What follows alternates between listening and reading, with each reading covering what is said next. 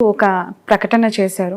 NDA ప్రభుత్వానికి మద్దతు ఇస్తూ పిఠాపురంలో కూడా త్వరలో ఆయన ప్రచారానికి దిగబోతూ ఉన్నారు అని చెప్పి తెలుస్తోంది. ఎలా చూస్తున్నారు దీన్ని? టఫ్ ఉండే అవకాశం ఉంది. పిఠాపురం గెలుస్తామని ధీమా వ్యక్తం చేస్తున్నారు. పవన్ కళ్యాణ్ గారు అసెంబ్లీలో అలువు పెట్టడం ఖాయంగా కనిపిస్తుంది అంటున్నారు వాళ్ళు. చిరంజీవి గారు కానీ పవన్ కళ్యాణ్ గారు కానీ నిలకడ లేనటువంటి రాజకీయ నాయకులు. రాజకీయ నాయకుడు అంటే రాజకీయాల్లో ఓటమి విజయం అన్నటువంటిది సర్వసాధారణం. 2014లో మేము ఓడిపోయాం, 2019లో గెలిచాం, 2024లో గెలవబోతున్నాం.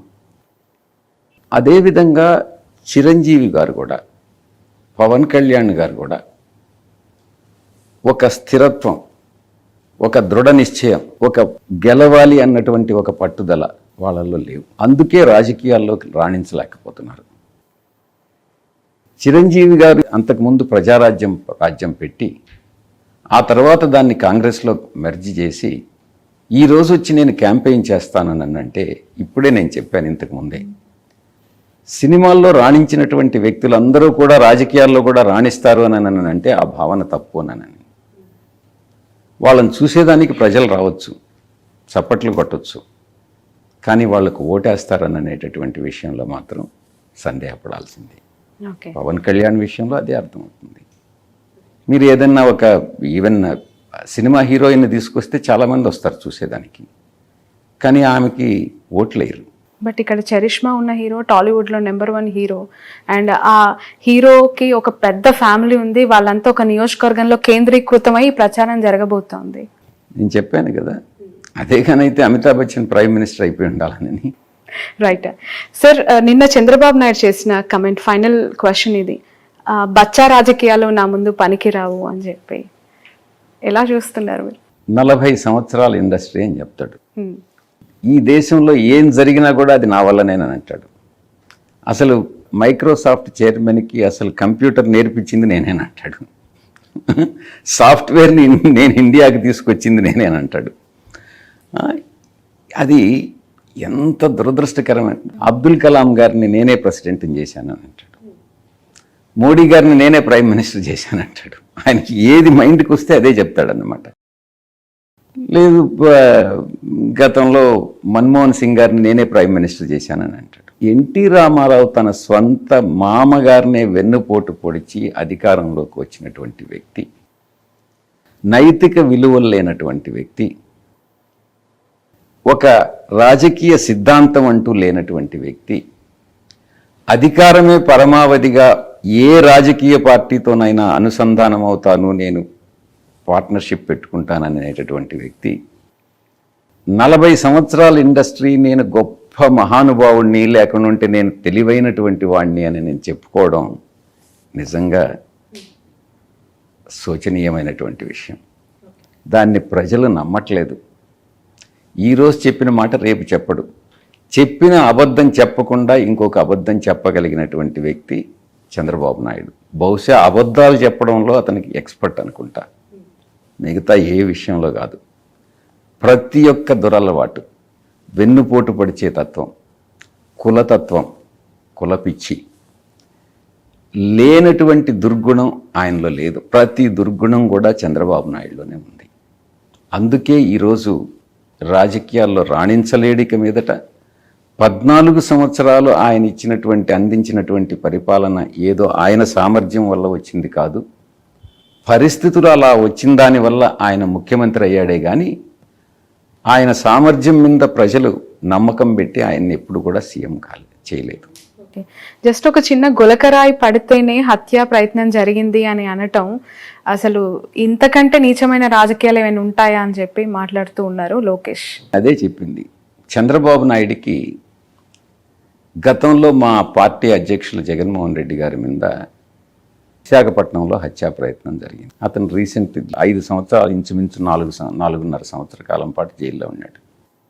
దాన్ని ఒక సెటైరికల్గా, ఏదో దాన్ని లైట్గా తీసుకునేటట్టుగా కోడికత్తి అని ఆ రకంగా దాన్ని ఒక రకమైనటువంటి వివరణ ఇచ్చి దాన్ని నీరుగార్చేటటువంటి ప్రయత్నం చేసినటువంటి వ్యక్తి చంద్రబాబు నాయుడు.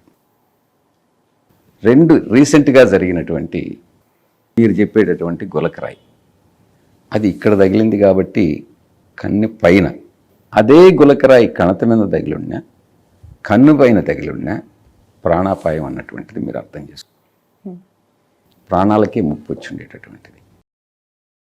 గురు చూసి కొట్టినటువంటి వ్యక్తి ఆ వ్యక్తి యొక్క దురుద్దేశంతోనే రాయేసి ఉంటాడు. రాయి పూలేశారు అని అంటే ఒక అర్థం ఉంది, రాయితో కొట్టాడు అని అంటే దురుద్దేశంతోనే కొడతాడు. ఆ దురుద్దేశం ఏమై ఉంటుంది? డెఫినెట్గా ఆ మనిషిని ఎలిమినేట్ చేయాలనే ఉంటుంది. దాంట్లో మళ్ళీ సెటైరికల్గా గులకరాయి అని అన్నటువంటి గులకరాయితో కాకుండా ఒక పెద్ద బండరాయిని వేయగలరా? చంద్రబాబు నాయుడు తెలివి తక్కువతనం. ఎయిర్ గన్ అయి ఉండొచ్చు, లేకుండా ఉంటే క్యాట్ బాల్ అయి ఉండొచ్చు. దాంతో కొట్టాడు అని అంటే అది డెఫినెట్గా హత్యా ప్రయత్నమే. దాంట్లో ఎటువంటి సందేహం లేదు. చంద్రబాబు నాయుడు పాత్ర ఉంది. అది చేసింది చంద్రబాబు నాయుడు మనుషులే. చంద్రబాబు నాయుడు డెఫినెట్గా ఆ కేసులో ఇరుక్కుంటాడు. చంద్రబాబు నాయుడుకి ఆ కుట్రలన్నీ బహిర్గతం అవుతాయి.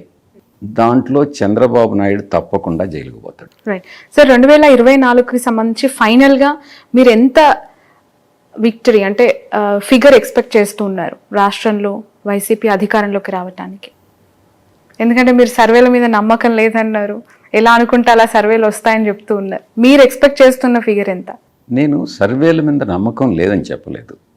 ఈ సర్వేలన్నీ కూడా చాలా సర్వేలు మార్కెట్లోకి వచ్చేవన్నీ కూడా పెయిడ్ సర్వేల కింద ఉన్నాయని నేను చెప్పాను. బట్ మెజారిటీ ఆఫ్ ద సర్వేలు వైసీపీకి టీడీపీకి అలయన్స్కి పెద్దగా ఓట్ షేర్ డిఫరెన్స్ లేదు, 1 to 3% of vote share difference ఉంది అని చెప్తూ ఉన్నాయి. అది నమ్ముతారా? ప్రత్యక్షంగా ఈరోజు రాజకీయాలు చూస్తున్నటువంటి వాడిని, డోర్ టు డోర్ క్యాంపెయిన్ చేస్తున్నటువంటి వాడిని, ప్రజల మనోభావాల్ని అర్థం చేసుకోగలిగినటువంటి పరిస్థితులు ఈరోజు ఉన్నాయి. ఆ మనోభావాల్ని, వాళ్ళ ఎమోషనల్ ఫీలింగ్స్ని నాకు చూసినప్పుడు నాకున్నటువంటి ఫీలింగ్ ఏంటంటే 100% ఆ నాయకుడి పట్ల ఉన్నటువంటి ప్రేమ, ఆదరణ, స్పందన కానీ చూస్తే మా యొక్క లక్ష్యం 175కు 175 అతిశయోక్తి కాదు అన్నటువంటిది నేను బలంగా నమ్ముతా ఉన్నా. బహుశా అది ఒక వేవ్ లాగా గతంలో 2019లో ఏ రకంగా వేవ్ వచ్చిందో అదే రకమైనటువంటి వేవ్ ఈరోజు ఉంది. అండర్ కరెంట్ ఆ రకంగా ఉంది అన్నటువంటి విషయాన్ని నేను బలంగా నమ్ముతా ఉన్నా. బహుశా అపోజిషన్ ప్రతిపక్షాలు ఇది అతిశయోక్తి అని చెప్పొచ్చు, వాళ్ళు అధికారంలోకి వస్తున్నామని చెప్పుకోవచ్చు. కానీ ముఖ్యంగా బడుగు బలహీన వర్గాల్లో, పేదల్లో, మీరు ఒక్కసారి పేదరికం అంటే మీరు చూడాలి.